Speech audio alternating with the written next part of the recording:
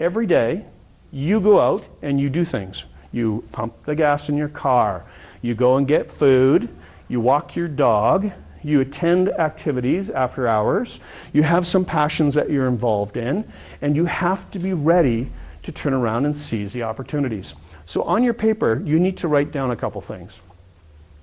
In that first area there, right in here, where it says, typical client questions. We are looking for those gentle nudges that you can find out if you've got any interest on the other side of the fence of the person that you're talking to. What are those simple things that you could say that would start a conversation and gently find out if there's some form of interest? Right? Who's got some ideas? This is a tough one. Don't drive naked. But again, that's a statement, yes. However, we're looking for, slogan, we're looking for those little questions. Karen, what would you say? You're a money coach. Sorry? Well, right now I'm asked about holidays and then about the January employees.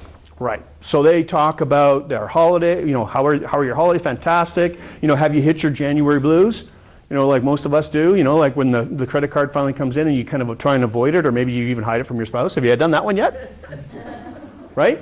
And you poke some fun at life, or you turn around and do it your way, but little gentle nudges to see if any of this applies to them. Now, honestly, if you're a money coach and you have a client or somebody sitting in front of you that you're having an idle chit-chat and you're at the grocery store and they say, no, we do all our planning a year in advance, we manage our budget, and it's down to the penny, we know what we're doing.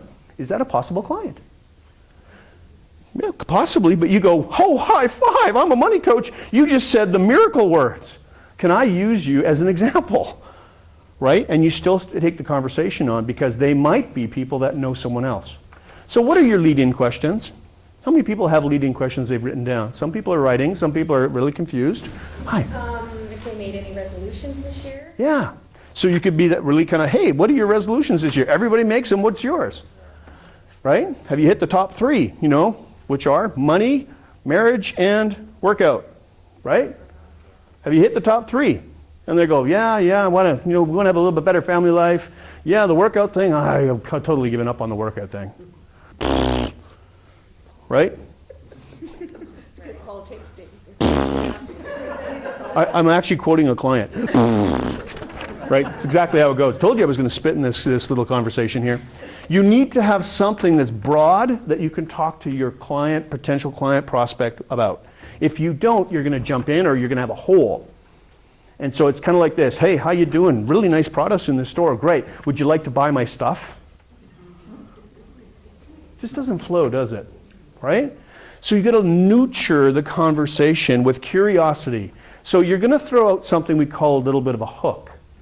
And if you know your ideal client, what your clients are like, you're going to probably have some idea what it is that interests them.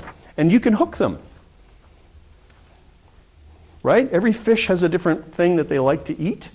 So you're going to have the same thing with your client. So sales clients. Would I walk up to somebody who's a mother with 3 kids and pitch my product?